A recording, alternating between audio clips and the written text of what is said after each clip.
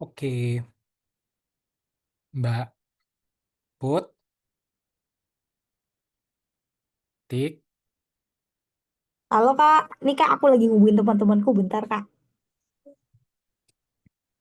yuk Ingin, nih dua Kak. menit ya, Oke habis Kak. mulai aja, berapapun orangnya.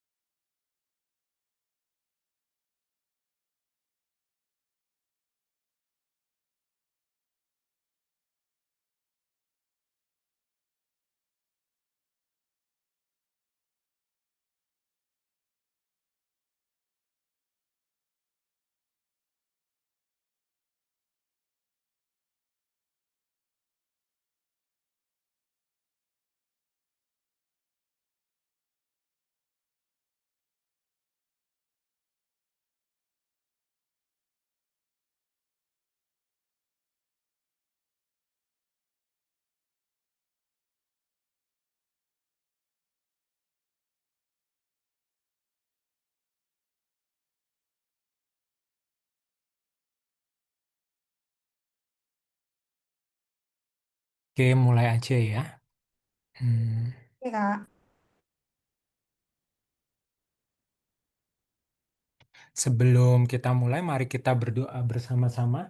Semoga apa yang didapat di malam hari ini bisa bermanfaat ke teman-teman. Berdoa dimulai.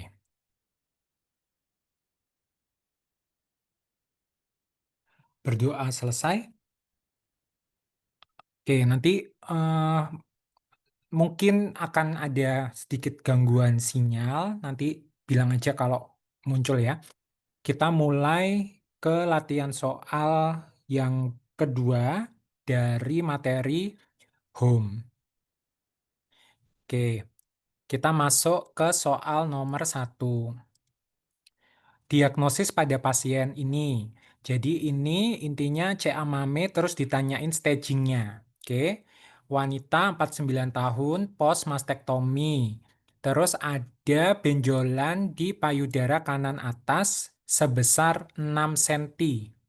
Ada kelenjar getah bening positif di aksila mobile. Ternyata memang PA-nya ya di IC, ductal invasive carcinoma derajat 3. ERPR positif kuat, ini HER2 negatif, Ki67 positif lemah. Nah, ini berarti T-nya T berapa? Kemarin kan udah ya. T Tiga. pada T berapa? T3. Oh, Tiga. oh. Tiga. Iya. Sip. Jadi P pada kanker payudara dihafalkan angka 2 sama 5. 5. Oh. Kalau intinya 2 itu ikut ke bawah, itu adalah T1. Sementara 5 itu juga ikut ke bawah, dia adalah T2. Di atas 5 maka dia adalah T3. T4-nya dia nempel ke kulit atau dia nempel ke dinding torak. Nah, sekarang untuk N-nya. N-nya ini ketemu di aksila sama dia mobile, bisa digerakkan. Berarti N-nya N. 1. Ya, dia adalah N1. Dah, berarti dia nggak ada metas, berarti yang jawabannya yang Yang B. B. B. Oh, B. oh, sip. Oke, gitu ya. Kebanyakan sudah menjawab dengan betul. Nih ya, nanti bisa dibaca. Nih NN-nya memang harus dihafalkan. Kalau N2A dia yang sudah immobile atau terfiksir. Nah, ya ini subtipe kemarin juga sudah kita bahas. Nanti kita ketemu lagi di soalnya. Oke, benar jawabannya adalah B. Kita masuk ke soal nomor 2. Mana dari diagnosis berikut yang paling tepat? Nah, ini lihat. Ini dari pilihan A, B, C, D, E. Ini kayaknya mau ngomongin nanti ke arah eh, penyakit plasma cell dyscrasia. Atau dia kayak mau ke arah MM lah. Nah, wanita 69 tahun datang untuk evaluasi preoperasi sebelum dilakukan total hip replacement. Dia punya riwayat OA pinggul kiri yang lama setelah kecelakaan. Ternyata ronsen pinggul kiri terbaru ada perubahan degeneratif parah, penyempitan ruang sendi positif tanpa bukti patah tulang. Nah, tidak pernah kontrol dari hasil pemeriksaan lab itu ternyata ketemu yang tidak normal total protein 9,5. Intinya dia meningkat. Nah, akhirnya dia dirujuk. Nah, akhirnya dilakukan pemeriksaan aspirasi sumsum tulang untuk evaluasi kelainan hematologi. Dilakukan pemeriksaan SPEP atau serum protein elektroforesis dengan imunofiksasinya menunjukkan protein M meningkat 4 gram per desiliter, kadar serum kappa free light change 255, kadar serum lambda free light change 2,5, rasio kappa lambda 102:1. Aspirasi sumsum tulang ada 15% sel plasma. Tidak ditemukan lesi litik pada bone scan. Nah, ini 66,7% itu teman-teman menjawab multiple myeloma. Kita lihat. Nah, untuk payung besarnya, penyakit ini tuh sebenarnya namanya adalah plasma cell dyscrasia atau nama lainnya plasma cell disorder dan plasma cell proliferative disease. Intinya adalah penyakit tumor kanker ya, tumor yang sifatnya itu sel plasmanya akan mengalami proliferasi. Kita tahu kan sel plasma itu sebelumnya adalah sel limfosit B ya, gitu. Nah, di dalam tubuh kita kan sel plasma itu menghasilkan eh, antibodi ya. Dia menghasilkan antibodi. Nah, antibodi itu kan juga merupakan salah satu jenis dari protein ya. Tuh. Nah, sekarang di kelainan plasma sel dyscrasia ini itu dibagi menjadi dua. Ada yang namanya poliklonal gamopati sama monoklonal gamopati. Nah, ini gambar yang di kanan ini adalah jenis-jenis protein ya. Memang protein di tubuh kita paling banyak adalah albumin. Ada jenis-jenis protein yang lain. Nah, sekarang untuk kelainannya ini kadarnya ya. Sekarang untuk kelainannya tuh dibagi dua ya tadi seperti saya sampaikan, ada yang poliklonal gamopati sama monoklonal gamopati. Bedanya apa? Kalau misalnya dia monoklonal gamopati itu adalah kondisi di mana sel plasmanya mengalami proliferasi. Jadi dia sel plasmanya banyak, terus jenisnya itu sama. Sehingga antibodi yang dihasilkan itu juga sama. Makanya dia namanya monoklonal gamopati. Contohnya pada gambar di kanan bawah ini, dia protein yang apa selnya itu menghasilkan protein yang bagian gamanya ini tinggi banget gitu. Dan biasanya monoklonal gamopati berhubungan dengan keganasan dan berhubungan juga ke arah multiple myeloma. Berbeda dengan monoklonal gamopati, ada kondisi yang namanya poliklonal gamopati. Kalau poliklonal gamopati, ini intinya sel plasmanya menghasilkan berbagai jenis eh, protein antibody lah intinya. Karena banyak maka namanya poliklonal gamopati. Kalau poliklonal gamopati ini biasanya berhubungan dengan proses inflamasi atau intinya dia reaktif gitu. Dan poliklonal ini biasanya non malignan. Sekarang kita masuk ke sini. Nah, pemeriksaan serum protein elektroforesis ini dapat membantu kita untuk melihat jenis protein yang ada di dalam tubuh. Nih, misalnya tadi normal seperti saya sampaikan bahwa albumin itu menjadi komponen yang paling banyak ya. Terus ada juga yang alfa 1, alfa 2, beta, gamma gitu. Nah, ini adalah komponen-komponennya protein komponen. Alfa 1 tuh ada jenis protein-proteinnya ini bisa dibaca. Nah, yang perlu teman-teman perhatikan itu yang di bagian gamma. Gamma itu merupakan protein konten yang isinya ada imunoglobulin G, A, D, E, sama M. Tuh ya. Nah, itu yang di bagian gamma. Nah, sekarang yang kita mau pelajari ini, yang plasma cell dyscrasia ini, yaitu biasanya adalah eh, apa? Yang dihasilkan yang ke arah tumor atau ke arah keganasan kanker darah, sel plasma itu adalah protein M. Jangan campur adukan dengan protein M sama IgM ya. Intinya bukan gitu maksudnya. Jadi kan kalau jenisnya ini ada IgG, IgA, itu kan intinya dia imunoglobulin ya. Dah, anggap aja dia imunoglobulin. Nah, imunoglobulin itu tersusun atas rantai yang besar, rantai yang berat sama rantai yang ringan. Nah, kalau pada kasus plasma sel dyscrasia mau ke arah MM nanti jenis proteinnya itu adalah protein M ini ya. Imunoglobulinnya itu intinya jenisnya adalah protein M. Nah, eh nah, untuk yang light change itu biasanya nanti ada dua jenis, ada yang namanya kappa atau ada yang namanya lambda. Jadi jangan dicampur adukan lagi dengan gamma ya. Jadi itu terpisah. Nah, sekarang kita lihat lebih jelas ini.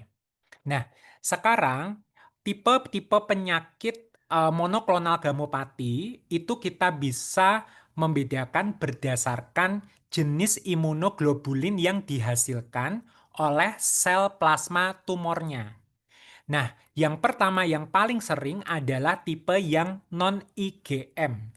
Ya, kita kan memang nanti pokoknya yang meningkat itu yang kita pelajari itu yang ini, jenis-jenis protein yang gamma ini. Dia akan naik. Nah, gamma kan ada banyak tuh IgG, IgA, IgD, IgE dan IgM. Bentuknya semuanya itu M protein.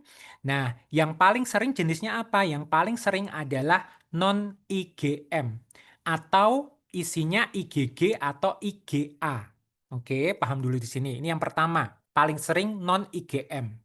Sementara ada juga yang nanti IgM ya dibagi. Jadi ada yang non IgM, ada yang IgM, sama nanti ada yang light change. Jadi dia itu tidak ada komponen heavy chain-nya. Jadi dia cuma si light chain-nya ini gitu.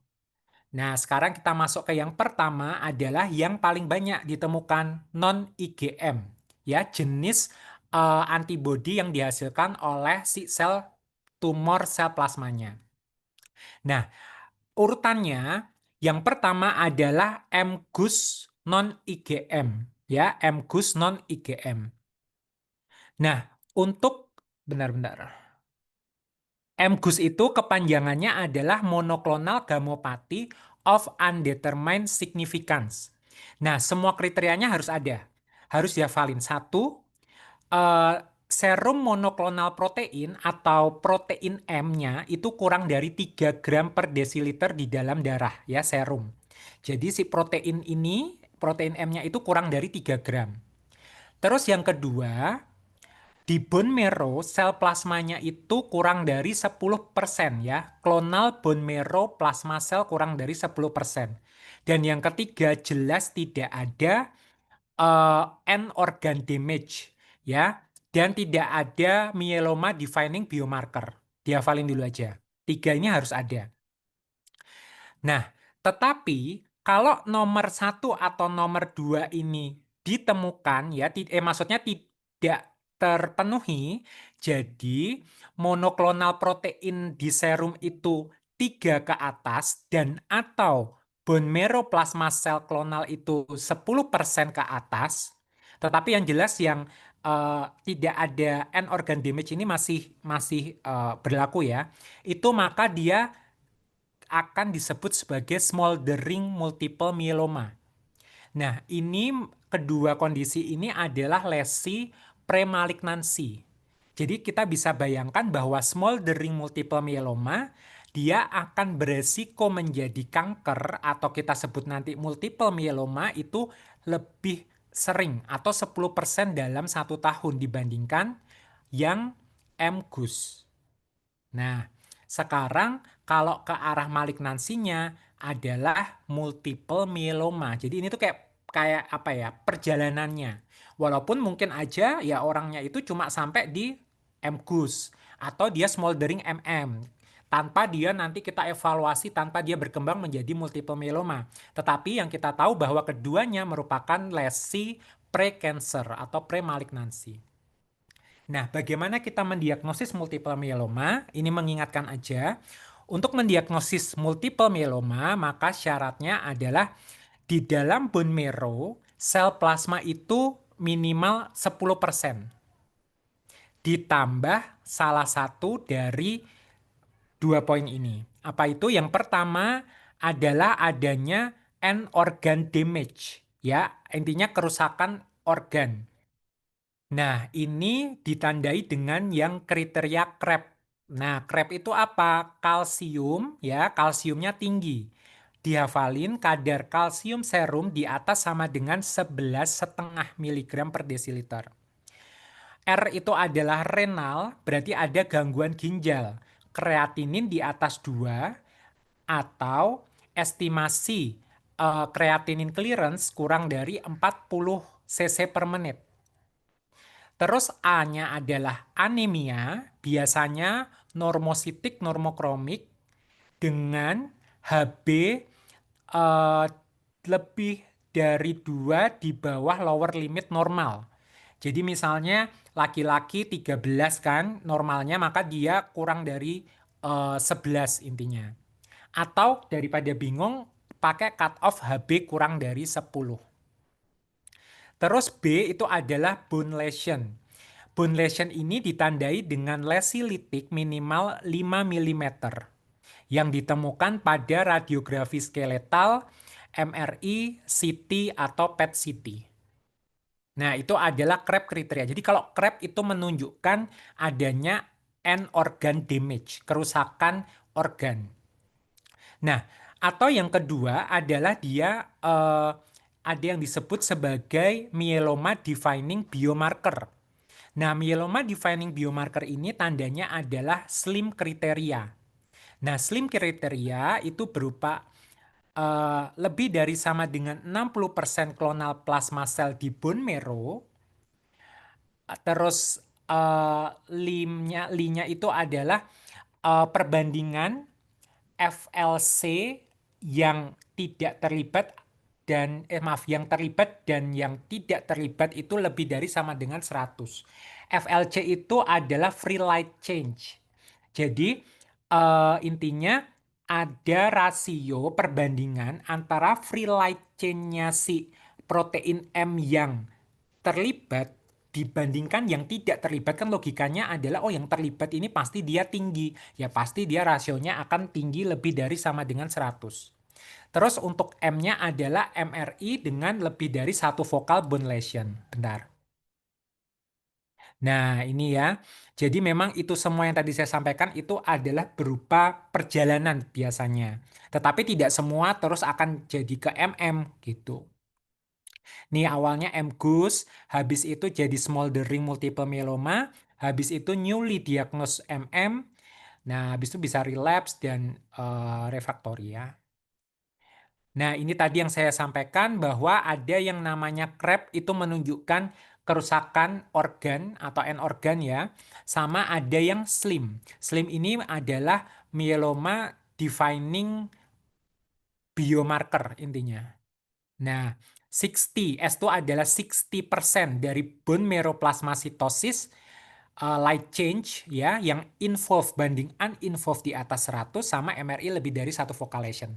Nah, sekarang pertanyaan saya, misalnya kalau ditemukan adanya bone marrow sel plasma di bone marrow klonal itu 70%, itu tok yang positif. Berarti dia udah bisa tegak sebagai MM belum?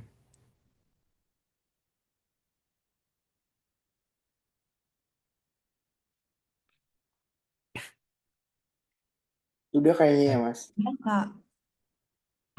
ya, ya. Jadi intinya dia udah ya. Jadi jangan kadang-kadang kan bingung ini apa sih clonal bone marrow plasma cell ya lebih dari 10%. Tapi kok ini di sini ada kayak yang lebih dari 60% clonal plasma ya udah. Pokoknya berarti intinya kalau dia udah di atas 60% itu udah lah ini MM banget intinya.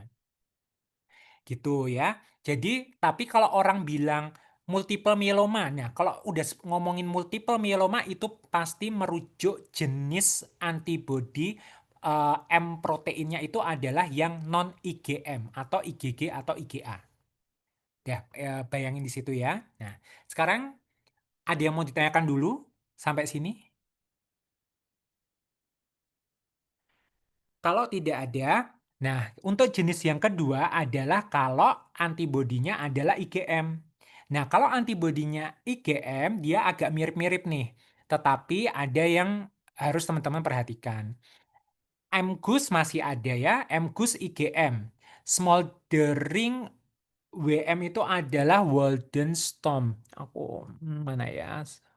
Waldenstrom macroglobulinemia, smoldering, atau Waldenstrom macroglobulinemia aja. Sama di sini IgM myeloma. Nah, kriterianya bagaimana? Kalau dia MGUS IgM, maka dia sama kayak MGUS non IgM. Cuma bedanya yang satu non IgM, satunya IgM. Nah, kalau smoldering gimana?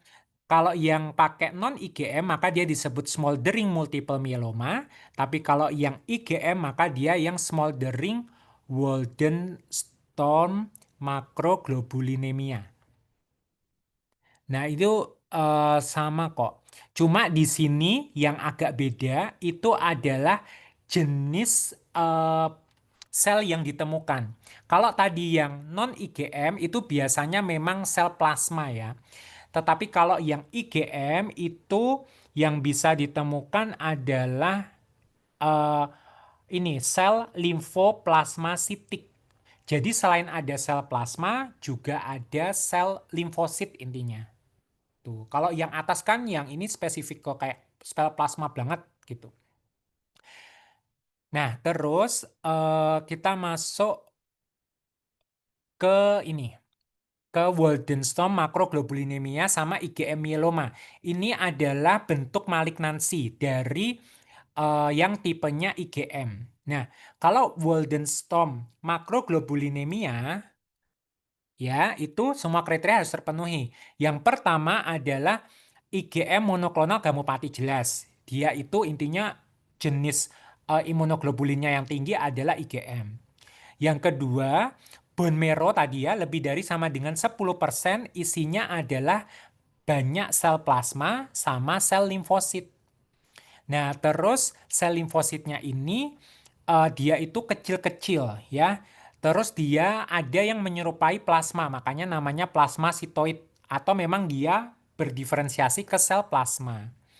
Dan biasanya dia memiliki profil imunofenotype yang tipikal. Jadi jelas permukaan sel tumornya akan positif biasanya adalah CD19, CD20, IgM jelas positif gitu. Sementara CD10 sama CD23 dia negatif. Ini ya teman-teman nanti dibaca lagi ya. Tuh. Nah, ini pemeriksaan imunofenotype pada sel tumornya ini itu membantu untuk membedakan kondisi lain seperti CLL ataupun limfoma sel mantel. Jadi pada CLL atau mantel sel limfoma itu sel tumornya juga mirip, dia itu ada sel limfosit, ada sel plasma yang banyak gitu. Maka untuk membedakan dapat dibantu dengan pemeriksaan immunofenotyping ini. Nah, terus yang kriteria yang lain yang ditemukan, kalau pada yang non IgM kan dia krep sama slim ya. Tetapi kalau pada yang IgM dia itu biasanya ya mirip-mirip sih. Dia cuma anemia, gejala konstitusional, hyperviscosity, darahnya kental, limfadenopati, hepatosplenomegali. Tuh, ini semuanya ini. Jadi kayak target organnya tuh adalah ini ya, anemia, constitutional symptom, hyperviscosity, dan lain-lain. Tapi tidak ada kriteria yang spesifik HB harus di bawah 10 gitu, kayak yang multiple myeloma. Nah, terus ada juga yang namanya IgM myeloma. Kalau IgM myeloma ini, intinya dia adalah eh, intinya sama, IgM serumnya itu tinggi banget, monoklonal protein, adanya lebih dari 10% plasma cell on bone marrow biopsy. Nah, ini bedanya dia bukan lymphoplasmacytic infiltration, tetapi dia lebih ke sel plasma. Dan adanya lytic bone lesion. Ya, intinya dia mirip sama multiple myeloma. Cuma dia jenis antibodinya adalah IgM. Tapi ini sangat jarang, IgM myeloma itu jarang banget. Gitu. Terus yang ketiga adalah si light change. Nah, kalau light change ini berarti imunoglobulin yang dihasilkan oleh sel tumornya itu tidak ada komponen heavy change-nya. Jadi dia cuma light change aja.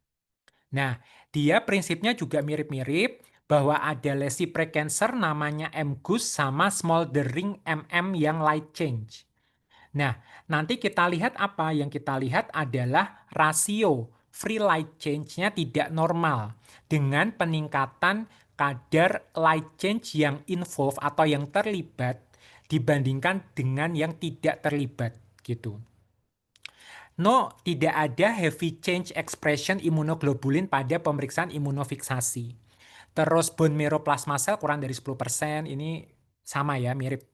Cuma di sini yang harus teman-teman pahami adalah ini ya kadar free light change ratio.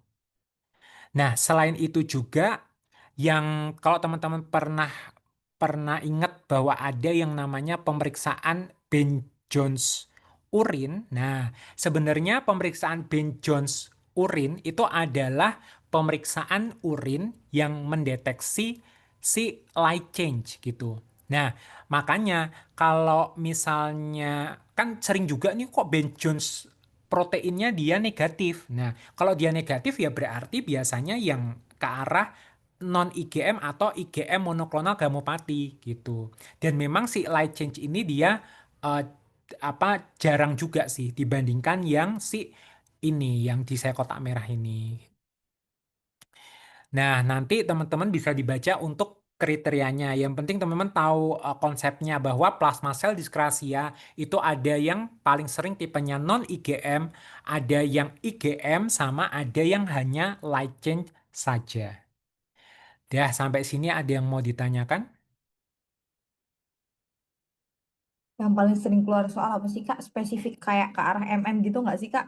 Atau ada bisa semua Oh, keluar Kak? oh bisa bisa bisa semua keluar. Non MGUS bisa, smoldering MM, smoldering Waldenstrom makroglobulinemia ini juga pernah keluar. Bisa keluar semua gitu. Makanya saya ini sampaikan karena pernah nemui banyak soal kayak gini, soalnya variasinya. Tuh. Nanti ini teman-teman bisa dibaca di sini. Nah, nanti yang penting teman-teman tahu gambaran garis besarnya dulu ya malam ini tuh. Dah yang penting tahu, oh ada penyakit namanya plasma cell dyscrasia, terus dia gini gini gini, gitu ya. Nah, sekarang untuk stadium dari multiple myeloma. Ini juga pernah keluar di soal. Stadium multiple myeloma, kita sekarang spesifik ke multiple myeloma ya. Stadium multiple myeloma yang lama itu pakai staging kriteria namanya Duri Salmon. Ada stadium 1, 2, sama 3. eh Intinya teman-teman dihafalkan aja stadium 1 sama stadium 3. Kalau apalin aja lah stadium 3-nya ya. Sama stadium 1 sih juga sih hafalin ya. Intinya kalau stadium 1 itu dia Hb-nya masih di atas 10, kadar kalsiumnya normal, IgG-nya kurang dari 5, IgA-nya kurang dari 3. Nah, makanya kan kenapa ini MM tuh dia memang kadar tipe imunoglobulinnya kan IgG sama IgA ya, non IgM intinya. Nah, ini ya. Terus monoklonal urinary proteinnya kurang dari 4 dan tidak ada lesi pada tulang. Sementara kalau stadium 3 dia udah parah nih. Hb-nya di bawah 8,5, kalsiumnya ini di atas 12. Hati-hati ya. Tadi untuk kriteria diagnosis kalsium di atas berapa? Krep slim, krep kalsium di atas Kak, 11,5 Kak. Bukan? 11,5. Tapi kalau untuk staging dia staging 3 kalsium di atas 12. Terus IgG-nya dia di atas 7, IgA di atas 5, monoklonal urinary protein di atas 12 dan biasanya ada lesi pada tulang sifatnya litik dan bahkan bisa menyebabkan patah gitu. Dah, ini pernah keluar di soal. Terus ada yang subkelas A sama B. Kalau A itu kreatininnya masih kurang dari 2, B itu 2 ke atas. Kalau antara 1 sama 3 maka dia namanya stadium 2. Nah, terus ada juga yang terbaru itu adalah International Staging System atau ISS. Nah, ini bisa memperkirakan 5-year survival rate-nya. Teman-teman sih nggak usah dihafalin, cuma ya nice to know bahwa yang terbaru sekarang pakai klasifikasi staging system ISS. Nah, sekarang pengobatannya apa? Untuk pengobatan dari multiple myeloma, kan intinya dia tuh kanker sel plasma ya. Nah, ini saya ambilkan dari Harrison sama beberapa juga dari NCCN. Nah, pada prinsipnya sih lebih gampang sih si Harrison ya, tetapi itu kalau jenis obatnya tuh sering muncul juga si NCCN. Pokoknya kalau misalnya pada pasien MM, kan dia udah tegak tuh ada myeloma defining event ataupun end organ damage, maka kita tentukan nih pasiennya ini eligible atau ineligible transplantasi sumsum tulang. Nah, misalnya kita menentukannya gimana? Misalnya dari usia atau komorbid. Oh, ini usianya udah tua, komorbidnya banyak, tentu saja dia ineligible transplant gitu. Tetapi terlepas dari itu, biasanya tetap terapinya adalah terapi induksi, ya. Kita berikan kemoterapi yang sifatnya untuk induksi. Nah, regimennya apa? Regimennya itu biasanya di sini contohnya adalah RVD, ya. R itu lenalidomide, V-nya itu bortezomib, sama D-nya itu adalah steroid, yaitu dexamethasone. Ya, jadi ingat-ingat ya, regimennya itu bisa lenalidomide, bortezomib, sama dexamethasone. Atau dia bortezomib, C-nya itu siklofosfamid atau dexamethasone. Jadi kayak kalau bisa sih kombinasi antara dua obat kemoterapi gitu plus steroid. Atau kalau enggak ya bisa aja dia hanya bortezomib sama dexamethasone atau dia dan lain-lain ya. Nah, intinya kalau misalnya dia respon, kalau dia respon maka biasanya dia dilakukan kalau yang transplant eligible dia akan dilakukan pemberian yang namanya high dose terapi dengan autolog stem cell transplantation atau konsolidasi. Intinya dilakukan transplant. Setelah itu terapi masuk terapi maintenance. Intinya itu aja. Tetapi kalau dia tidak bisa transplantasi, maka mungkin tetap diberikan terapi induksi, tetapi biasanya itu dosisnya nggak terlalu yang heboh seperti yang transplant eligible. Nah, ini juga mirip-mirip juga. Nanti teman-teman bisa dibaca di sini pilihan-pilihan terapi dari multiple myeloma menurut NCCN. Nah, prinsipnya sama. Dia tentukan dulu dia merupakan kandidat transplant atau tidak. Jika dia merupakan kandidat transplant, maka kalau di sini prefer regimennya ini dia ada pilihannya nih. Kalau yang Harrison tadi kan bebas. Nah, prefer regimennya adalah kombinasi antara 3 obat plus dexamethasone ini, yaitu daratumumab, lenalidomid, sama bortezomib. Ya sebenarnya sama ya, kayak tadi ya, yang VRVD itu ya, tetapi di sini ada tambahan daratumumab. Ya, apalin aja yang prefer regimen. Terus kalau misalnya dia non-transplant kandidat, itu dia daratumumab, lenalidomid, sama dexamethasone. Mirip-mirip, cuma di sini tidak ada bortezomib. Gitu. Dah, apalin aja yang prefer regimennya. Nah, terus selain dilakukan pemberian terapi untuk kemoterapinya itu, maka kita juga berikan supportive care untuk pasien MM.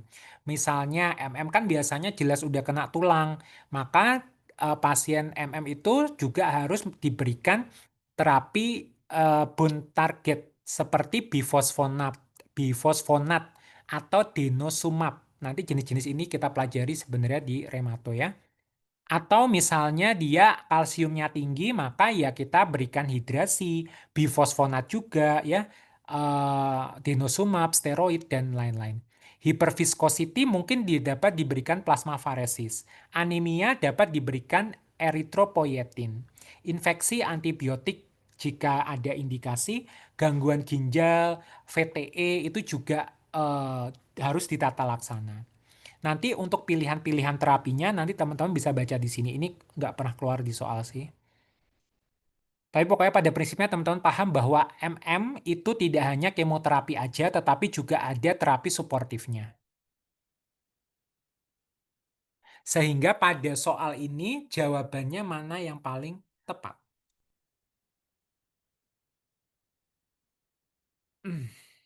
Lihat dia, protein totalnya kan meningkat tuh. Terus kita periksa SPEP. Ternyata protein M-nya meningkat 4 gram per desiliter. Kadar serum kappa free light chain-nya tinggi, lambda free light chain-nya tinggi, rasio kappa lambda 102/1. Aspirasi sumsum tulang ada 15% sel plasma, bone scan tidak menunjukkan lesi litik. Ingat M protein itu tersusun atas heavy light chain sama free light chain. Jawabannya yang A, B, C, D, E.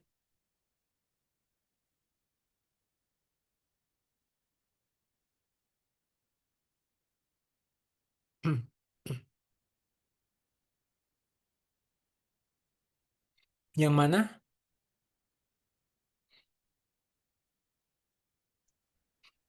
C. Yang mana? Mon? Aduh. C C. bukan. Apa? C B. bukan. Kenapa C? Syaratnya apa kalau M? Gus.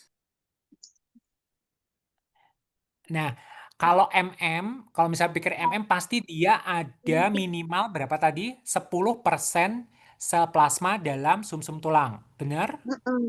Nah, plus dia harus ada N And organ organ damage. damage-nya nggak ada. Dan organ damage Atau, itu ada melebihi. Tapi ya, atau dia ada myeloma defining biomarker. Ada nggak? defining. Anemia Myeloma Krebs defining. slim. Nggak ada. Nggak ada Ya, Krebs slim-nya. Nggak ada, anemia berarti bukan C. HB-nya. Tidak ada crab, tidak ada slim. Iya nggak Berarti sih? Sebentar. ya, dia bukan multiple myeloma karena Krebs slim-nya tidak mencukupi. Kalsiumnya masih 7, kan harusnya di atas 11,5. Terus dia HB-nya 13, harusnya kan di bawah 10. Atau misal lesilitik. Tapi rasionya Mm-mm. bukannya memenuhi kriteria slim. Dikit sih. Rasionya Lebih dari saya. 100 nggak sih? Light chain rasio. Info banding uninfo FLC rasio di atas sama dengan 100. Sekarang kita lihat. Dia Tadi 102. jawabnya smoldering. Aduh, kepencet. Nah, ini tuh dia memang lambda free light change rasio kappa lambda kappa free light change. sebenarnya kan dia nggak ini ya, nggak ada keterangan dia, eh tidak ada keterangan dia Mm. yang involve-nya sama uninvolve-nya ya. Jadi dia cuma kayak perbandingan kappa sama lambda aja ya. Jadi dia tuh nanti kalau misalnya di soal dia tuh pasti akan spesifik ngomong involve banding uninvolve. Kayak ini bentar-bentar. Bentar.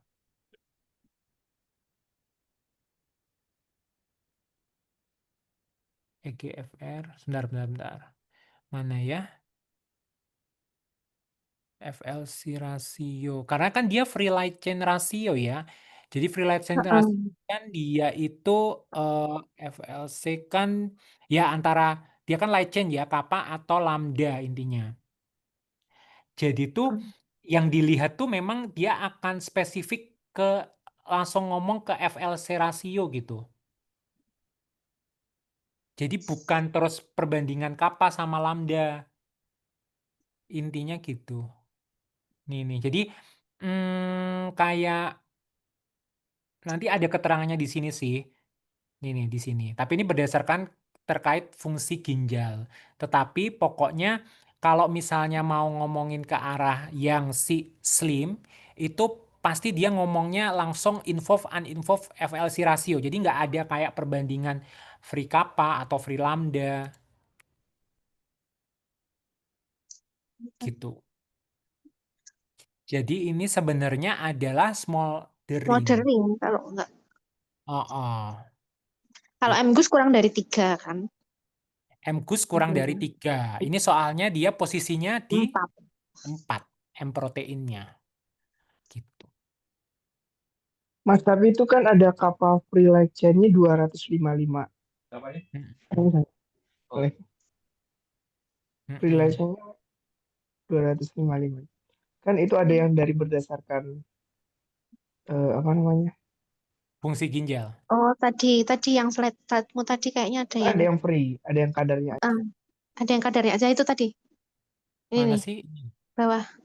Yang Ini bukan ini. ya?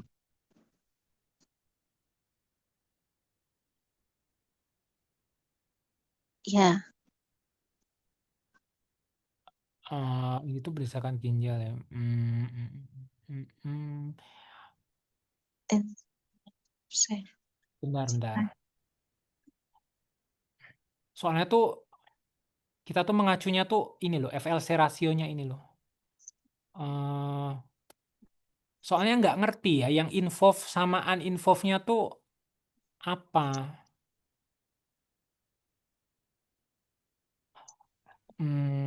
Kalau sepemahamanku ya, tapi nanti ya mungkin aku coba cari lagi ya. Tapi pokoknya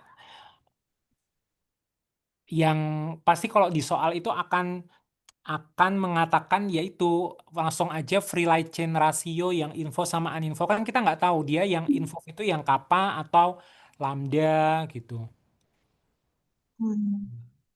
Iya.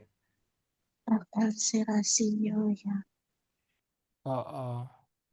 Karena kan dia itu sebentar ini tuh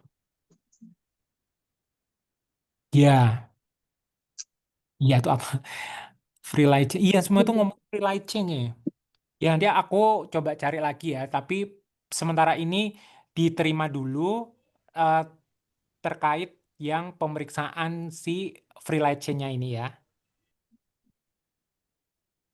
Terima dulu eh, dengan ikhlas ya. Berarti sementara smoldering-nya. Oke. Ya, memang kuncinya smoldering, tapi nanti kita nanti coba tak cari biar lebih paham juga. Oke, gitu ya. Kapal lambda nanti PR. Oke, dah sampai sini ada yang tindakan dulu selain yang terkait free light change. Aman MM ya. itu berapa sih Kak kompetensinya Kak? 4A ya?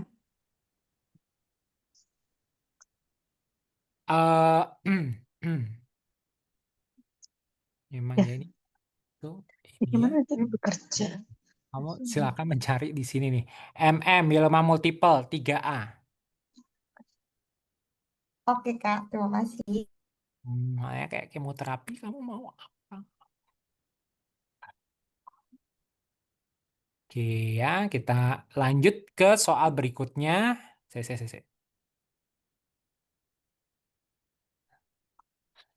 Gimana belajar home? Susah ya? Pipit loh. Duh, kok error? Ah, masih bisa lihat layarku nggak? Aja Udah Pak nggak ya. bisa, Mas. Gambar Gambarnya rumput ganti. nggak bisa, Mas. Oke.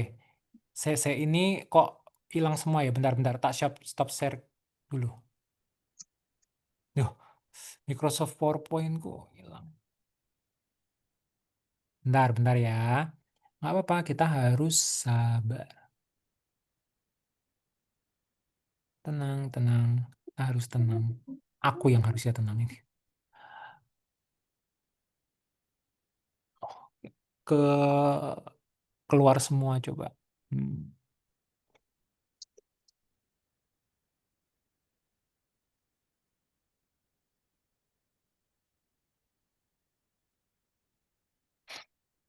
Sudah ada kabar-kabar mungkin apa R7 terkait apa ujian atau persiapan board gitu nggak dari Mbak Titi? Belum ada, Kak.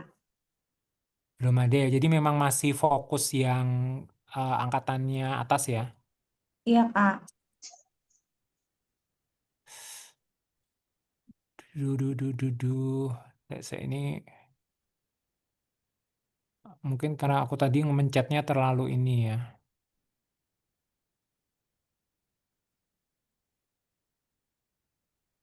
Bentar ya, kita harus sabar.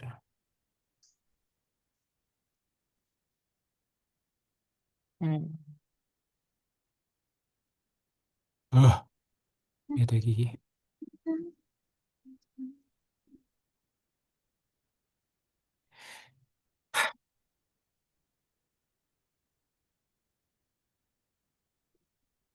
Ini tuh direkam nggak? Nggak kan? Direkam Oh, dong. direkam. Ada. Baik. Kami jual lagi nih, Mas, nanti. Jadi suara hatimu terdengar semua dari tadi.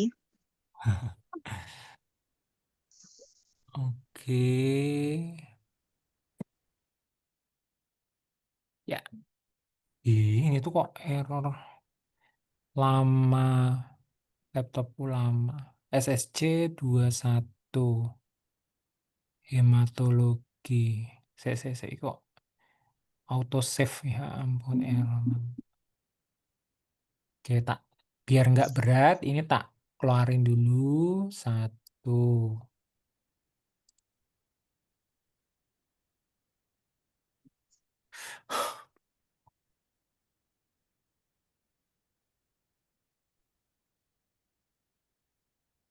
Ini dua list SSC 21 nih apa tuh ini? Error. Ini tak close.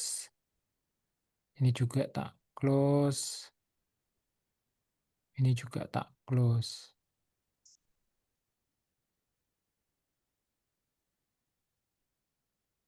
Oke, biar nggak berat. Nah, oke bentar ya. Ini tadi kita tuh masuk ke nomor berapa tuh? Ya. 3 ya. Hmm.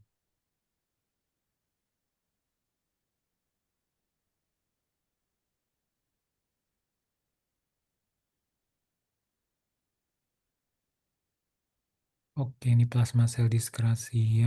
Tadi kita udah lewati. Kemoterapinya udah ya. Nanti dihafalin kemoterapinya. Oke, sekarang kita masuk ke nomor 3. Tak share screen.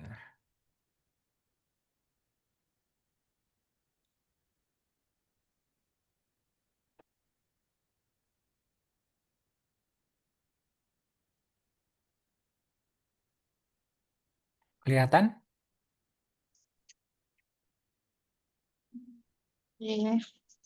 Kelihatan ya. Iya. Oke. Kita masuk ke nomor 3. Stadium penyakit menurut Ann Arbor.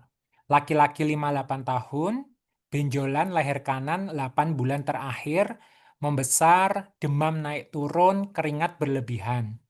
Pemeriksaan fisik ketemu KGB koli kiri, diameter 6 cm, immobile. Ketemu juga pembesaran KGB aksila kiri dan inguinal kanan dan kiri. HB-nya 10,8, leukosit trombosit normal.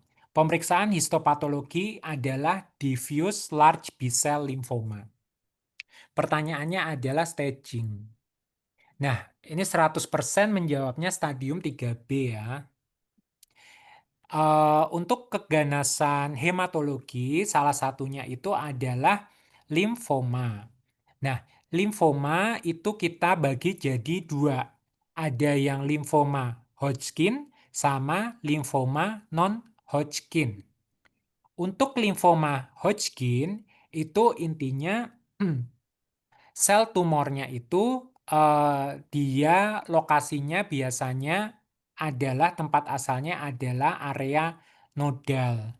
Dan biasanya dia distribusinya itu menyebarnya adalah sentripetal dan aksial intinya. Jadi awal-awal itu dia lokasinya akan ketemu di aksial ya, di daerah sumbu tubuh. Terus dia akan menyebar keluar ya, sentripetal ya, dia sentripetal. Sementara kalau si limfoma non-Hodgkin dia sentrifugal. Nah, terus kalau penyebarannya, kalau Hodgkin lymphoma itu dia bisa diprediksi intinya, contagious. Kalau yang non-Hodgkin lymphoma dia itu non-contagious. Jadi kayak penyebarannya tuh akan lebih kelihatan itu di Hodgkin lymphoma. Tapi kalau NHL dia itu kadang-kadang ujuk-ujuk udah ke stadium 3, ujuk-ujuk udah stadium 4 gitu. Nah, sehingga lebih prognosisnya lebih buruk yang biasanya NHL. Nah, yang harus kita tahu adalah stagingnya. Staging untuk limfoma zaman dulu menggunakan staging Ann Arbor. Nah, Ann Arbor dia pada prinsipnya ada 4 staging. Nah, stadium pertama itu dia melibatkan satu regio limfanodi ya atau struktur limfoid. Contohnya apa? Misalnya dia ada keterlibatan tumor limfoma ini pada satu area limfanodi, misalnya di sini di daerah leher.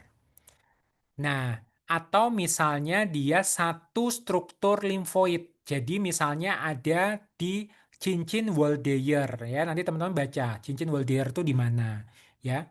Terus ada juga timus, misalnya cuma satu timus tok atau dia limpa. Itu maka dia stadium 1. Nah, untuk stadium 2 ini dia melibatkan minimal 2 area pada sisi diafragma yang sama. Jadi biasanya ya ini misalnya ketemu di area koli sama di area aksila. Nih kan dia berada di sisi atas dari diafragma. Tuh. Terus kalau stadium 3 itu biasanya dia sudah melibatkan melewati diafragma ya. Jadi ada atas sama bawah. Stadium 3 itu sebenarnya dibagi lagi ada 31 sama 32. Kalau 31 biasanya dia keterlibatan yang bagian bawah ini melibatkan limpa ataupun limfanodi bagian splenic hilar ya atau seliak atau daerah portal. Tetapi kalau 32 dia biasanya area para aorta, iliaka atau mesenterika. Nah, jadi intinya 32 ini kayak kelanjutannya dari 31. Nah, sementara stadium 4 itu berarti sudah ada keterlibatan ekstranodal ya. Yang biasanya intinya dia keterlibatan ekstranodal. Jadi dia biasanya ya intinya kayak metas lah, dia melibatkan organ-organ gitu. Nah, dan juga biasanya stadium 4 ini kalau dia sudah melibatkan liver atau misalnya bone marrow, dia biasanya stadium 4. Nah, terkadang ada yang bukan mencomotkan ya. Dia mendeskripsikan istilah E gitu. Jadi ada stadium E. E itu bisa nempel ke 1E atau 2E. E itu intinya adalah keterlibatan ekstra limfatik. Tetapi dia sifatnya localized gitu. Tapi catatannya tidak termasuk bone marrow sama liver. Contohnya apa? Jadi misalnya dia itu kena di gaster, kan itu ekstra limfatik. Ya kena di gaster gitu. Tetapi dia itu di sebelahnya itu baik itu dari aliran limfa sebelum atau setelah gaster itu dia juga terkena. Nah, itu masih dianggap sebagai E, localized solitary involvement extra lymphatic tissue. Jadi dia nyambung tuh gaster sama limfanodi di sekitarnya gitu. Intinya dia tuh satu jalur. Nah, ini menunjukkan nanti kalau misalnya dikasih terapi radiasi, dia bisa nih, satu area aja. Nah, tetapi kalau dia jauh atau nggak nyambung, misalnya gaster kena tuh, sama dia misalnya sama di area leher. Nah, itu kan udah nggak nyambung tuh. Maka dia tetap dianggap sebagai stadium 4. Nah, makanya dia definisinya involvement of extranodal site beyond that design SE gitu. Atau memang dia sudah melibatkan bone marrow atau liver. Nah, itu E. Jadi bisa aja dia ada 2E. Misalnya ada gini, stadium 2. Terus dia ketemu misalnya ada dia di kulit di daerah sini, deket-deket yang di sini. Nah, itu tetap dianggap sebagai 2E gitu, bukan stadium 4 walaupun dia kena organ di area sini. Tetapi kan dia dianggap itu sebagai bagian dari yang di dekat situ, area limfanodi dekat situ. Ya, sampai sini ada yang masih belum jelas? Oke, terus ada juga yang memberikan imbuhan A sama B. Kalau A itu tidak ada gejala, B itu ada gejala, makanya disebut sebagai B symptom. Yang namanya B symptom intinya dia bisa ketemu penurunan berat badan lebih dari 10% dalam 6 bulan sebelum staging investigation. Atau misalnya dia demam di atas 38 derajat Celcius dalam 1 bulan terakhir yang unexplained, persistent, atau recurrent. Sama dia biasanya ada sering keluar keringat yang recurrent biasanya malam hari dalam 1 bulan terakhir. Maka dia termasuk B symptom. Nah, nah sekarang staging itu lebih menggunakan yang namanya modifikasi Ann Arbor atau ada yang menyebutnya sebagai Lugano.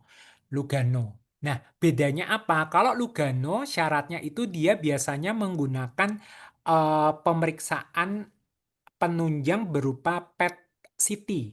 Sehingga pemeriksaan PET CT ini kayak menjadi sesuatu yang penting untuk dilakukan untuk mengevaluasi pasien-pasien dengan limfoma, baik Hodgkin atau non-Hodgkin. Gitu. Jadi dia biasanya pakai Lugano. Mirip-mirip sih intinya, sama kok. Dia itu ada stadium 1, ada stadium 1E nih ya, ada stadium 2, 2E ya, sama seperti yang tadi saya sampaikan. Tetapi ini pakai PET CT. Terus dia ada juga bulky. Bulky itu dia ukurannya gede. Nah, yang dikatakan ukuran gede itu kalau dia di atas 10 cm. Kalau pada Hodgkin lymphoma. Kalau pada NHL itu bergantung kepada jenisnya. Kalau yang paling sering kan NHL itu apa? Diffuse large B-cell lymphoma itu ada sumber yang mengatakan lebih dari 5 cm sampai lebih dari 10 cm. Walaupun 10 cm rekomendasi ya udahlah intinya pakai pakai ketok pak bukan ketok palu sih apa sih kayak dipukul rata aja mungkin lebih dari 10 cm. Tetapi pada kasus NHL yang follicular lymphoma itu mungkin cut off-nya di 6 cm. Itu ya. Ya, nanti teman-teman bisa dibaca dan dibayangkan di sini. Nah, sehingga kalau misal kita kembali ke soal, Maka stadium penyakit menurut Ann Arbornya apa ini? Stadium 3B, Mas. Dia adalah stadium 3B. Ya, B-nya B. itu karena dia ada gejala demam naik turun, keringat berlebihan. Stadium 3 karena dia melibatkan dua sisi dari diafragma. Di bagian leher sama aksila, sama ada juga di bagian inguinal, kanan kiri. Oke, aman ya. Kita masuk ke paket berikutnya. Oke, agak mikir juga nih. Kita masuk ke soal nomor 1. Terapi yang diberikan pasien ini. Laki-laki 50 tahun, BAB, mencret bercampur lendir darah 6 bulan. Berat badan turun. Perokok aktif, malnutrisi berat. Anemia ya, konjungtiva pucat. Hepatomegali, tepi tumpul, permukaan berdungkul. Pemeriksaan kolonoskopi ketemu massa kolon ascendent. Ascendant itu berarti sebelah kanan apa sebelah kiri? Kanan. Kanan ya. Oh. Hingga transversum. Terus masanya rapuh mudah berdarah. Terus ketemu gambaran kecurigaan metas pada hati. Nah, intinya dia mau ke arah kanker kolorektal. Nah, yang sudah metas hati. Lokasinya ada di kolon ascendant. Nah, obatnya apa? Oke. Teman-teman 100% tuh menjawabnya ya. Sebenarnya udah ya udah. Maksudnya kayak udah bisa semua. Ya, jadi 100% itu. Oke, ini untuk terkait kanker kolorektal kan memang sumbernya banyak. Nanti teman-teman bisa banyak membaca ya. Nah, ini cuma beberapa poin yang mungkin penting. Yaitu yang pertama adalah bagaimana kita menentukan seseorang itu beresiko terhadap kanker kolorektal. Di Asia ada yang namanya skor Asia Pasifik. Untuk menentukan dia ini memiliki resiko rendah, sedang, atau tinggi. Nah, ini biasanya akan menentukan langkah kita ke depan. Misalnya kalau resiko rendah, ya mungkin kita evaluasi atau monitoring hanya dengan FOBT dengan jangka waktu tertentu misalnya. Kalau skor menengah mungkin dia FOBT tapi lebih sering. Ya, kalau skor tinggi, resiko tinggi, maka mungkin dia harus segera dilakukan pemeriksaan kolonoskopi gitu. Nah, lokasi kanker kolorektal ini menjadi penting. Kenapa? Karena ternyata pasien-pasien yang memiliki lokasi tumor sebelum flexura lienalis ya di sini, dia itu biasanya memiliki profil origin embryologik dan pola molekular karakteristik yang berbeda dibandingkan yang setelah splenic flexura atau flexura lienalis.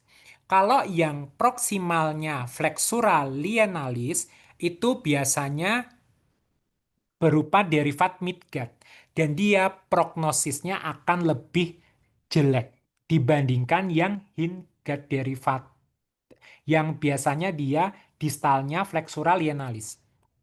Kalau yang sebelah sini, yang saya tunjuk ini, itu biasanya banyak pada perempuan, tumornya itu banyak yang menghasilkan musin, dan dia biasanya akan banyak klinisnya itu berupa lesi sesil serata. Ya, nanti teman-teman bisa gambar lihat kayak dia itu kayak ada kayak kliwir-kliwir, bukan kliwir ya, kayak jari-jari gitu ya. Nah, dan dia biasanya kalau diperiksa karakteristik molekularnya, dia biasanya itu akan banyak ditemukan ini eh, apa BRAF mutasi atau mutasi MSI, imun tumor, metabolik tumor CMS3, KARAS, CIMV high dan lain-lain. Nah, berbeda dengan yang proksimal, kalau distalnya flexura lienalis tumornya itu berarti dia biasanya merupakan derivatif dari hindgut dan dia biasanya banyak pada laki-laki. Prognosisnya secara overall lebih baik. Dia biasanya akan ketemu perubahan kromosom TP53, APC, CMS2, CMS4, dan lain-lain. Kenapa ini penting? Karena nanti salah satu jenis terapinya itu akan berbeda. Kalau dia yang proximal flexuralienalis, umumnya dia akan dapat terapi tambahan berupa antivaskular endothelial growth factor, jadi anti-VEGF. Sementara kalau bagian distalnya dia nanti dapat anti-EGFR, gitu. Ya, nah ini nanti salah satu yang harus teman-teman pahami. Nah, sekarang bagaimana terapinya? Sebenarnya nanti teorinya yang lebih detail nanti teman-teman bisa baca di di Supri dan lain-lain ya. Oke, nah sekarang untuk terapinya. Yang setelah kita mengakses pasien maksudnya, nah kita lihat apakah pasien ini merupakan kandidat yang dapat diberikan terapi kombinasi atau tidak. Ya intinya secara klinis lah, secara ECOG dan lain-lain, frailty atau enggak, dia bisa kita kasih terapi full atau enggak gitu. Nah, jika tidak, maka dapat dipertimbangkan pemberian monoterapi fluoropyrimidin ditambah bevacizumab atau personalized low intensity treatment. Nah, yang bevacizumab itu merupakan salah satu contoh dari anti-VEGF ya intinya. Tetapi kalau misalnya kayaknya pasien ini bisa nih, appropriate untuk diberikan triplet kemoterapi, misalnya iya, intinya dapat diberikan terapi kombinasi, terus kombinasinya bisa dikasih triplet atau tidak. Nah, kalau bisa dikasih triplet, maka kita lihat riwayat sebelumnya. Apakah sebelumnya diberikan terapi adjuvan oxaliplatin base? Jika dia belum pernah diberikan, maka kita nilai status RAS sama BRAF-nya. Jika dia memang positif ada mutasi, maka kan RAS sama BRAF-nya itu dia biasanya yang ini ya. Nah, yang di sebelah BRAF, yang di sebelah proksimal sini, jika dia mutasi, maka diberikan triplet kemoterapi plus bevacizumab. Bevacizumab itu adalah anti-VEGF. Tetapi jika dia wild type itu intinya dia tidak ditemukan adanya mutasi, maka ya udah kita kayak tembak. Maksudnya kita lihat primary location-nya. Kalau dia sisi kanan, ya udah kita kasih triplet kemoterapi sama anti-VEGF yaitu bevacizumab. Tetapi kalau lokasinya sebelah kiri, kita anggap dia itu distalnya si flexuralienalis, maka kita berikan double kemoterapi plus anti-EGFR. Cocok ya? Nih. Tapi dia doublet aja. Nah, terus kalau misalnya dia bisa dikasih triplet kemoterapi, tetapi memang ada riwayat sebelumnya menggunakan oxaliplatin, ya, dan kita memang menilai RAS BRAF-nya itu mutasi, ya udah dia dikasih bevacizumab, atau kalau dia wild type, maka tentukan berdasarkan primary location kanan atau kiri. Ya, intinya teman-teman bisa bayangin aja, pokoknya bisa dikasih doublet atau triplet gitu ya. Kalau bisa dikasih triplet ya dikasih triplet, tapi kalau enggak ya double. Nah, terus kita kasih bevacizumab terutama kalau misalnya dia sisi kanan. Oke, contohnya triplet itu apa? Yaitu Volvoxiri, 5FU, leukovorin, oxaliplatin, dan irinotecan. Kan dia triplet tuh ya. Tuh, triplet kemoterapi terus ditambah oxaliplatin. Nah, ya 5FU, leukovorin, irinotecan, oxaliplatin. Nah, tetapi kalau yang doublet itu contohnya Volvox, Capox, Capeox atau Celox ya. Volvox itu leukovorin, 5FU sama oxaliplatin. Di sini tidak ada irinotecan. Kalau ada irinotecan maka dia namanya Volvoxiri. Terus yang namanya Celox itu adalah capecitabin dan oxaliplatin. Volviri itu 5FU, leukovorin dan irinotecan ya. Jadi Volviri sama Volvox nih agak temenan. Terus kalau dia bergabung maka namanya Volvoxiri. Atau dia Capiri atau Seliri. Dia capecitabin dan irinotecan. Nah, yang perlu teman-teman tahu adalah sebentar, aku tuh mau ngomong apa ya? Sebentar. Kontak kemoterapi Volvox. Ya itu aja sih yang penting. Oh intinya gini, kemoterapi pada kanker kolorektal, lihat backbone-nya itu adalah kebanyakan 5-FU ya, 5-fluorourasil. Nah terus untuk secara umum rangkuman tata laksana dari kanker kolon, wah ini nyimpennya aku berarti yang salah ini. Tadi aku udah tak tambahi apa stagingnya ya. Ya udah nanti tak share di grup aja ya. Nah, intinya eh, secara umum kalau untuk stadium awal, stadium 0, stadium 1 ya atau stadium 2 dengan resiko yang rendah, maka dia itu biasanya tidak terlalu membutuhkan terapi adjuvan setelah pembedahan intinya. Gitu. Kalau dia stadium 3, stadium 2 resiko tinggi, maka dia memerlukan kemoterapi adjuvan. Nah, ini dari ESMO prinsipnya sama. Jadi teman-teman hafalin aja yang algoritma ini. Ini udah lebih gampang banget ya, yang gambar ini. Ini juga prinsipnya sama kok. RAS-WT itu wild type ya, BRAF wild type gitu. MUT itu mutation. Nah, ini ya. Nah, ini teman-teman yang penting tahu apa jenis-jenis kemoterapinya. Hati-hati yang stadium 2 itu tadi saya sampaikan memang ada dia dibagi resiko rendah, resiko sedang sama resiko tinggi, tetapi memang ini berdasarkan profil dari patologi anatominya, keterlibatan limfanodi, sama adanya eh, MSI atau MSS, microsatellite instability atau microsatellite stability. Ya, nanti dibaca aja. Oke, ini penjelasan yang lebih detail dari yang tadi saya sampaikan.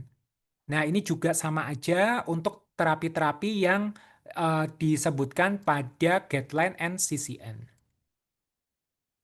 Nah, sekarang untuk pasien ini kita lihat. Dia udah metas, maka kemoterapinya kuratif atau paliatif? Paliatif. Paliatif. Terus sekarang kemoterapinya apa nih? Dia lokasinya kolon ascendent hingga transversum. Berarti tambahannya kombinasinya dengan dia sebelah Antif kanan apa kiri? kanan. Kanan. Berarti Antif VEGF. ya berarti dia anti VEGF ya udah berarti jawabannya cuma yang E. Ya, cisplatin 5-FU oksaliplatin yang dikombinasi dengan anti VEGF. Ini sebenarnya agak aneh ya. Cuma ya udah dibandingkan yang lain ini yang paling tepat itu adalah yang E. Intinya tuh masa kombinasi dengan cisplatin yaitu adalah 5-FU sama oksaliplatin maksudnya mungkin ya. Ya, sampai sini ada yang mau ditanyakan? Nanti kanker kolorektal memang variasinya agak banyak. Kok suaraku udah mulai hilang. Nomor 2 ya. Oke, kita masuk ke soal nomor 2. Pilihan terapi yang tepat. Wanita 74 tahun, benjolan payudara, ukuran 2,6 cm. ER 95%, PR 95%, HER2 IHK positif 1. Metastasis ke kelenjar limfe sekitar, ada lesi tulang di lumbal 3. Diterapi dengan kemoterapi. Nah, hati-hati, jangan sampai kejebak. Pilihan terapi yang paling tepat, teman-teman kebanyakan 80% menjawab CDK 46 inhibitor dan letrozole. Oke. Nah, ini kira-kira kalau ditanyain subtipe histologinya, jadi misalnya dia yang tipenya luminal A, luminal B, itu yang mana? Dia hormon reseptornya positif nggak ini? Positif. Positif. HER2-nya positif nggak? Positif. 1+ enggak? Jadi jangan menganggap bahwa yang positif itu pasti dia positif gitu. Karena justru HER2-nya ini adalah dia masuk ke yang negatif. Jadi ini adalah HER2 negatif. Nah, ini tadi ya untuk ukurannya di T2E.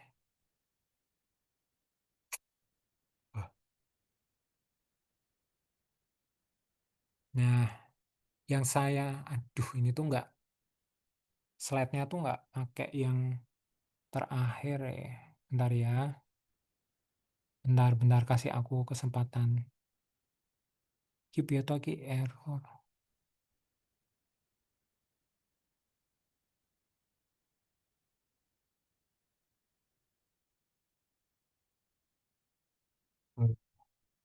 Bentar, please. SS 2125.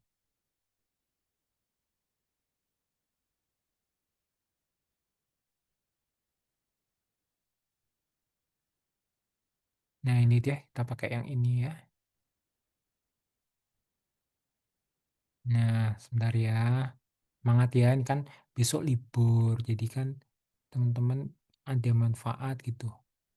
Ini. Bentar.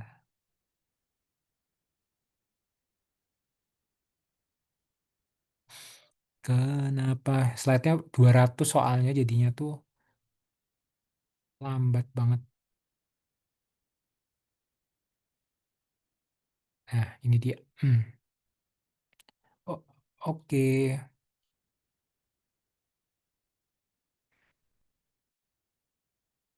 Maaf ya.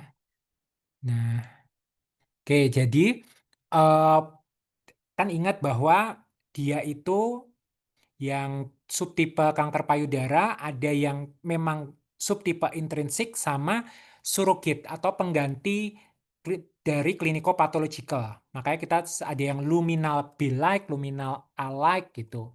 Nah, untuk pemeriksaan IHK, maaf, untuk pemeriksaan HER2. Nah, untuk HER2 itu bisa diperiksa dengan IHK atau dengan pemeriksaan ISH, in situ hibridisasi, ya, hybridization atau ISH. Ini dihafalin karena ini juga pernah keluar di soal. Jadi kalau dia IHK dikatakan HER2 positif kalau membran dari sel tumornya itu yang mengekspresikan HER2 lebih dari 10% atau dia positif 3 gitu. Itu dari pemeriksaan IHK, imunohistokimia. Sementara ada juga pemeriksaan yang namanya ISH, in situ hybridization. Ini intinya itu pemeriksaan molekular untuk melihat adanya apa ya, jumlah dari HER2-nya yang positif lah intinya gitu. Nah, dia itu ada pemeriksaan yang single probe sama dual probe. Bedanya apa? Bedanya kalau yang single maka dia itu cuma melihat seberapa banyak ekspresi HER2 dari sel tumornya. Tuh. Tetapi kalau dual probe dia itu selain melihat seberapa banyak yang sel tumornya mengekspresikan HER2, dia juga melihat kontrolnya. Jadi kontrolnya itu adalah melihat eh, kromosom 17 biasanya. Tuh ya. Nah, ini bisa karena kalau misalnya ada kondisi-kondisi tertentu yang kromosomnya itu banyak, ya otomatis nanti hasilnya HER2 juga bisa banyak. Nah, itu akan lebih bisa diidentifikasi di dual probe karena dia punya kontrolnya gitu. Nah, kalau dia cuma single probe, dia itu less sensitif lah intinya. Nah, kalau per definisi yang namanya single probe, kalau HER2-nya positif, maka dia lebih dari sama dengan 6 kopi diafalin. Tetapi kalau dual probe, dia dikatakan menggunakan dual probe, dia positif jika rasio HER2 sama CEP17 itu intinya sentromer kromosom 17 itu lebih dari sama dengan 2 plus HER2 kopinya lebih dari sama dengan 4. Tuh. Atau HER2 rasio HER2 sama CEP17-nya kurang dari 2 plus HER2 kopinya lebih dari sama dengan 6. Gitu ya. Jadi logikanya adalah kalau rasio HER2 sama kontrolnya itu tinggi ya di atas sama dengan 2, maka HER2 copy-nya itu cukup membutuhkan lebih dari sama dengan 4. Tetapi kalau rasio HER2 sama kontrolnya itu kurang dari 2 atau rendah, maka HER2 copy-nya itu butuh lebih dari sama dengan 6. Baru dia dikatakan HER2 positif. Ini pernah keluar di soal, makanya nanti dihafalkan. Nah, itu ya. Terus ini tadi kalau negatif, maaf, kan hormon reseptor itu kan ada reseptor estrogen, ada reseptor progesteron. Nah, dikatakan nya positif itu kalau atau sama progesteronnya positif itu kalau dia inti selnya itu terwarnai lebih dari 10% intinya. Gitu. Ya. Kalau dia negatif, kalau dia kurang dari 1% pewarnaannya. Kan dia pewarnaan IHK, imunohistokimia. Kalau misalnya estrogen reseptornya negatif, tapi progesteron reseptornya positif, itu bisa disebut hormon reseptor positif nggak? Estrogen reseptornya negatif, progesteron reseptornya positif. Boleh disebut hormon reseptor positif? Negatif nggak sih, Kak? Nah, sebenarnya boleh, tapi ini memang jarang banget. ER-nya negatif, PR-nya positif. Itu jarang banget. Tetapi tetap dia dianggap sebagai hormon reseptor positif. Dan memang beberapa penelitian kalau dikasih endokrin terapi, dia juga bisa berespon kok. Gitu ya. Oke. Nanti bisa teman-teman baca di sini. Oke.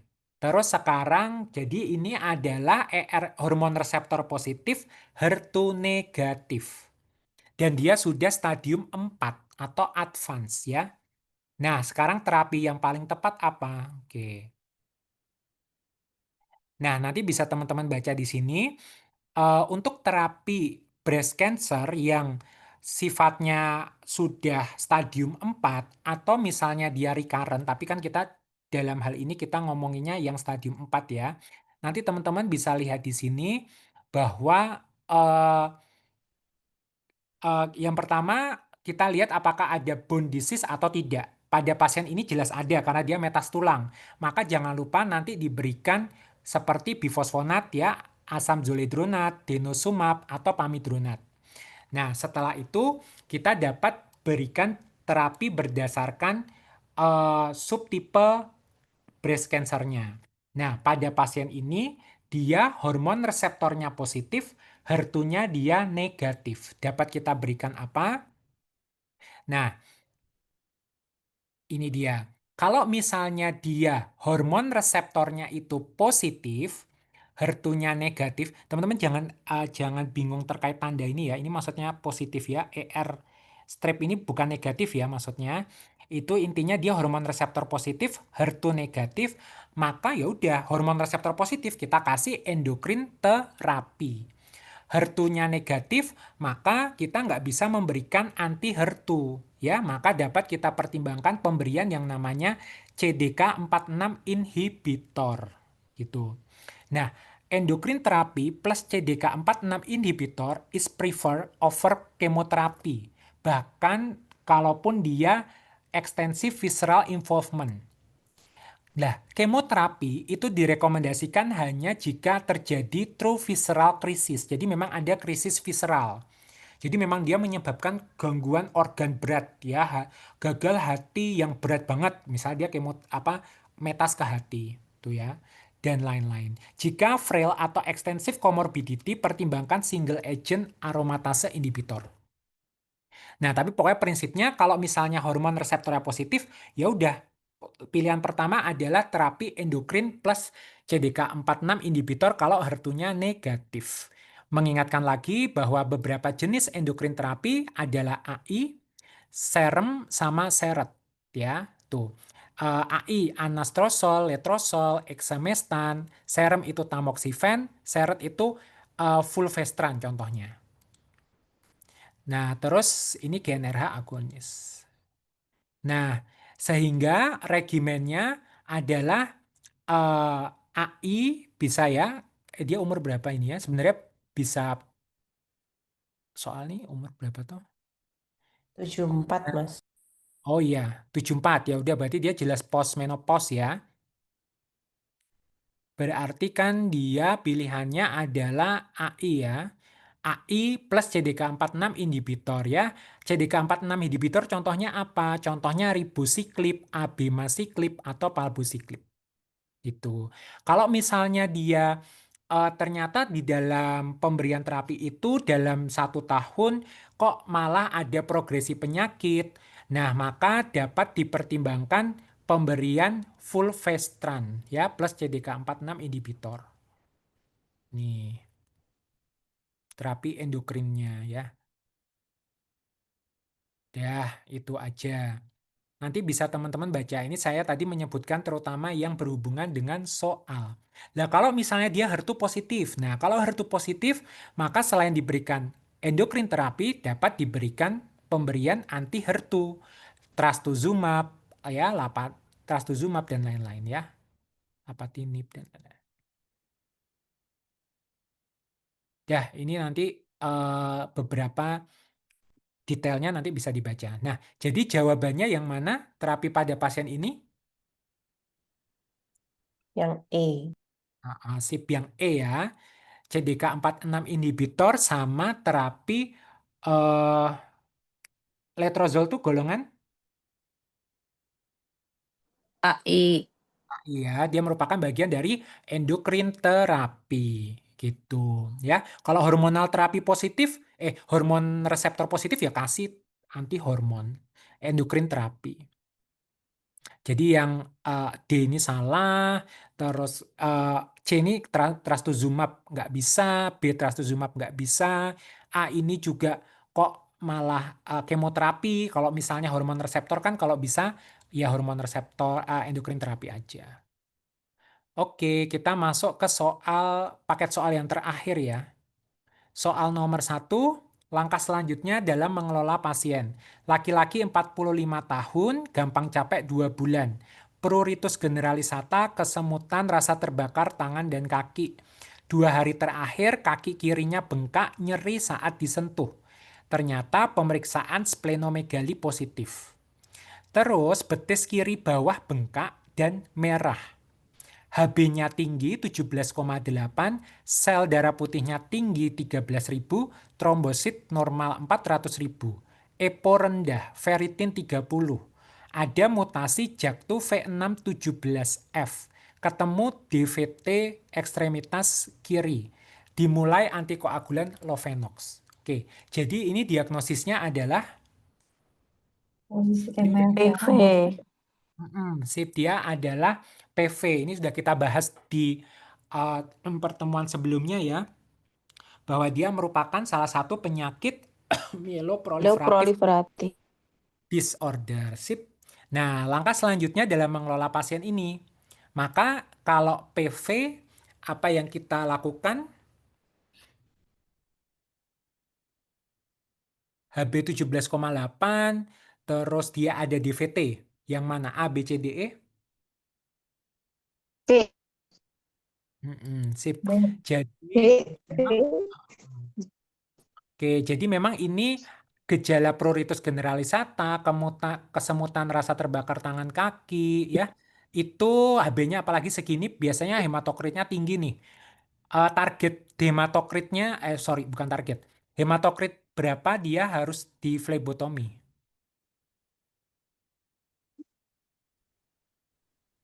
55 kalau nggak salah. Ya, sebenarnya targetnya sih 45 ya, periodik untuk menjaga target hematokrit di bawah 45%. Nah, teman-teman memang 55 itu juga saya beberapa kali baca, tetapi itu sumbernya tuh kayaknya agak lama. Memang kembali lagi bergantung sumber ya. Tetapi ini acuannya dari Amerika ya, Amerika Hematologi. Nah, kalau ini intinya bahwa pada PV yang penting itu adalah flebotomi sama aspirin. Flebotomi untuk menjaga hematokrit di bawah 45 sama aspirin. Nah, terus tambahan terapinya adalah kita lihat pasien ini resiko tinggi atau tidak. Kalau dia resiko tinggi, dengan tandanya ketemu riwayat trombosis atau usia di atas 60 tahun, perlu ditambahkan hidroksiurea. Kita mulai dengan 2 kali 500 miligram. Dan kalau trombosis vena maka ditambahkan antikoagulan sistemik, ya. Jadi jawabannya yang A, B, C, D, E? B. B. B. B. Sip.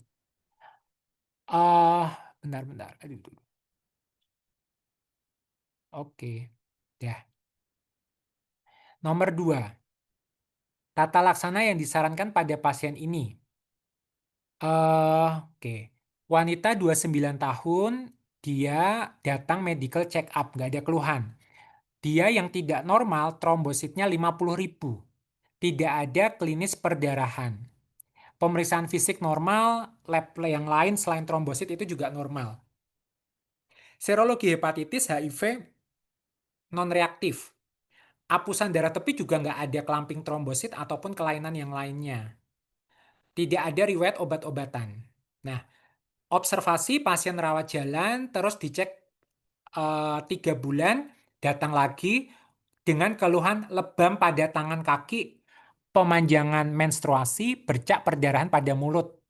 Ternyata dievaluasi, HB-nya 10, sel darah putihnya normal, trombositnya turun lagi menjadi 10.000. Mengeluhkan lebih cepat letih dibandingkan sebelumnya. Ini mau ke arah diagnosis, ITP. dia mau ke arah ITP ya. Nah, sekarang tata laksana yang disarankan, kita kalau ini masih 50-50 ya, acuannya itu adalah dari Amerika juga, tuh ya. Nah, yang pertama sebagai terapi ITP adalah untuk menentukan pasien ini rawat inap atau tidak. Nah, pasien dengan ITP perlu rawat inap ya. Kalau misalnya dia trombositnya kurang dari 20.000 ya. Terus dia baru saja terdiagnosis. Maka itu rawat inap. Sisanya itu rawat jalan, ya. Sisanya rawat jalan. Tentu saja kalau misalnya ada perdarahan yang berat gitu-gitu, ya dia rawat inap. Tapi selain itu, kalau dia trombosit kurang dari 20.000 dan baru saja terdiagnosis, newly diagnosed, maka dia rawat inap. Sisanya rawat jalan. Oke. Nah, terus berikutnya, yang kedua, ini kalau misalnya dia baru pertama kali terdiagnosis, ini cukup diobservasi atau diberikan kortikosteroid, maka kita lihat cut off-nya adalah di 30.000. Jadi kita baru pertimbangkan masuk kortikosteroid kalau dia kurang dari 30.000. Catatannya ini pasien ITP yang baru terdiagnosis ya. Maka kita baru masukkan kortikosteroid dengan trombosit kurang dari 30.000. Tuh. Nah, sekarang kalau misalnya kita memutuskan untuk masuk terapi, maka terapi lini pertamanya adalah steroid, yaitu prednison. Nah, prednison ini dosisnya harus hafal, diberikan per oral dengan dosis setengah sampai 2 mg per kg per hari, atau pakai IV, dexamethasone 40 mg per hari selama 4 hari. Tuh ya, dexamethasone 40 mg per hari selama 4 hari. Nah, catatan di sini memang penggunaan kortikosteroid sekarang rekomendasinya nggak usah lama-lama. Jadi kalau bisa diberikan dengan periode singkat atau kurang dari sama dengan 6 minggu. Tuh ya. Nah, jadi lini pertama pokoknya adalah kortikosteroid alone. Tetapi ada beberapa pertimbangan mungkin steroid ini pertama kali langsung dikombinasikan dengan rituximab. Tuh ya. Tuh, terutama kalau mereka yang Kan tapi rituximab tuh kan dia efek sampingnya ada banyak. Jadi misalnya kita pertimbangkan itu kalau misalnya dia lebih mementingkan remisi dan tidak peduli, ya bukannya nggak peduli ya, maksudnya kayak ya potensial side effect-nya dia nggak terlalu memikirkan, maka mungkin lebih dapat dipilih rituximab plus kortikosteroid sebagai terapi inisial. Tetapi selain itu, ya pokoknya kortikosteroid alone aja, prednison setengah sampai 2 mg per kg/BB per hari atau dexamethasone 40 mg per hari selama 4 hari. Oke, nah sekarang habis itu kita evaluasi nih, kita evaluasi 3 bulan.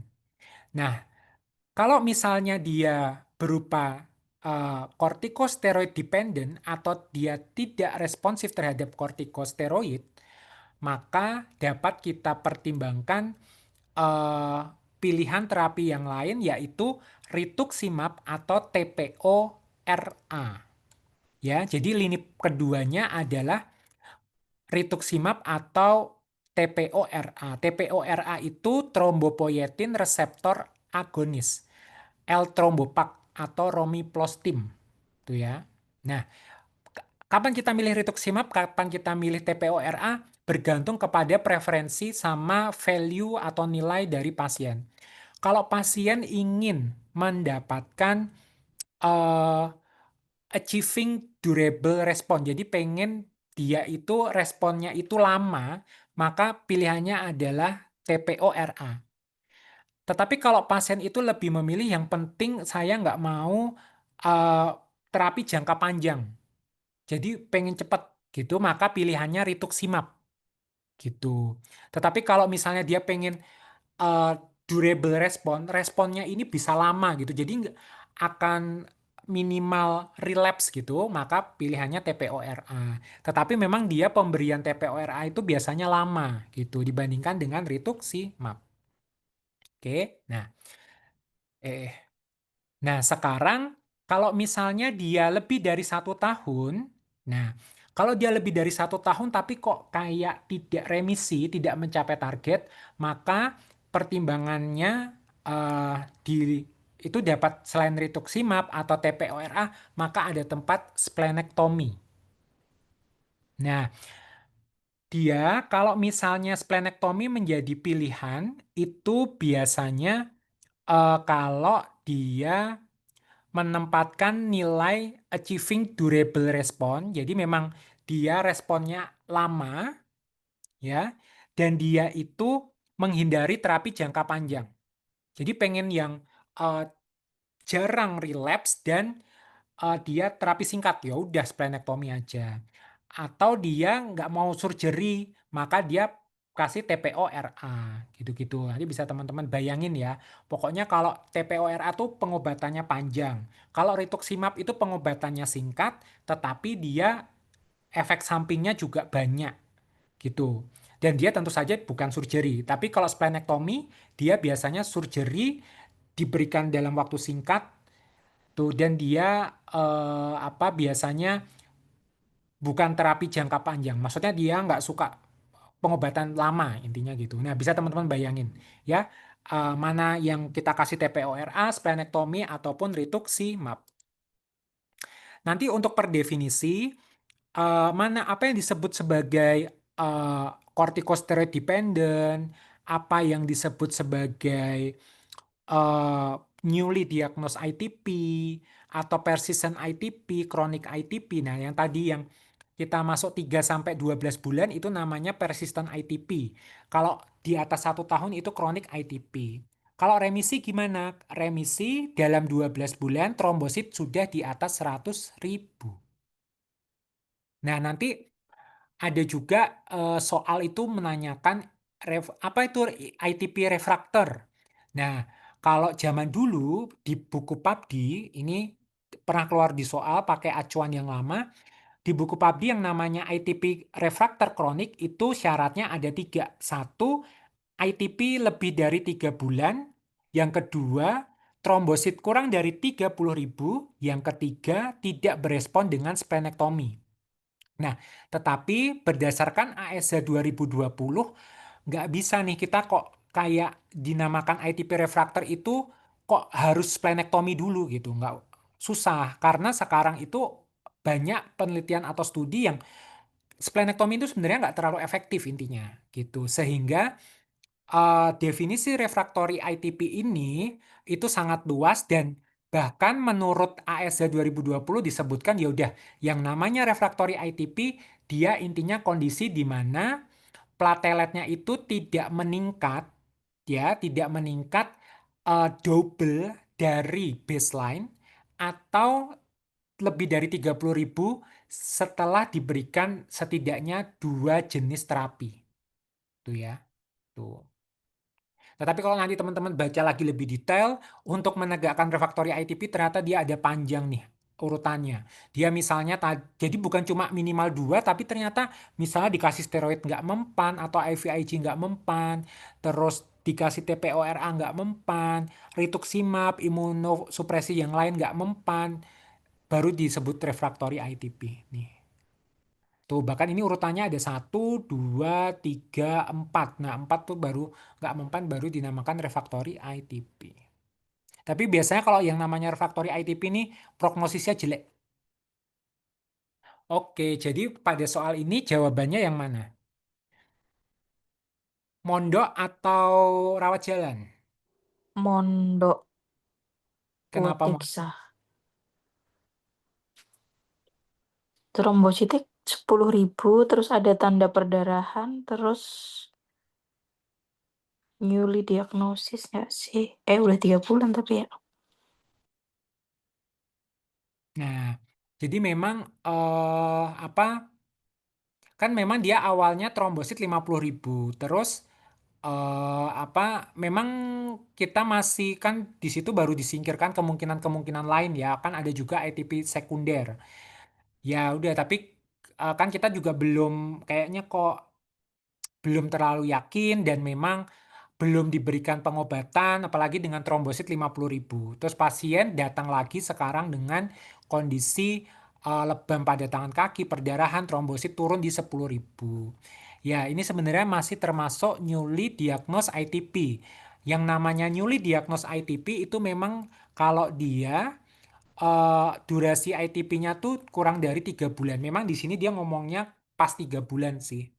Tuh, cuma kalau dilihat dari pilihan jawabannya memang lebih tepat ini dianggap sebagai newly diagnosed ITP sehingga perlu dilakukan rawat inap karena dia trombositnya 10.000 atau kurang dari 20.000 dan diberikan lini pertamanya adalah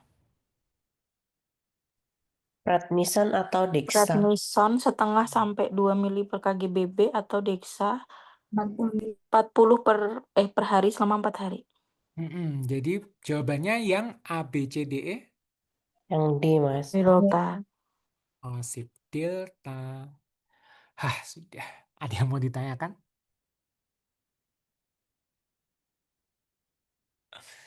Gimana? Gimana? Ada yang masih bingung atau masih belum jelas? Pokoknya targetnya setidaknya teman-teman malam ini bisa tahu gambaran umum, tetapi tolong dipaksa untuk belajar lebih detail, jangan terlena terkait masalah waktu, karena nanti tiba-tiba aja sudah ujian preboard. Oke. Dari sini sampai sini ada yang mau konfirmasi? Sebelum saya tutup, kalau misalnya sudah aman, nanti kalau ada yang misalnya mau ditanyakan, silahkan ditanyakan di grup, share, nggak masalah. Saya tutup ya. Sebelum saya tutup, mari kita berdoa bersama. Semoga apa yang didapat malam ini bisa bermanfaat. Teman-teman bisa belajar ke depannya untuk board di depan. Berdoa dimulai.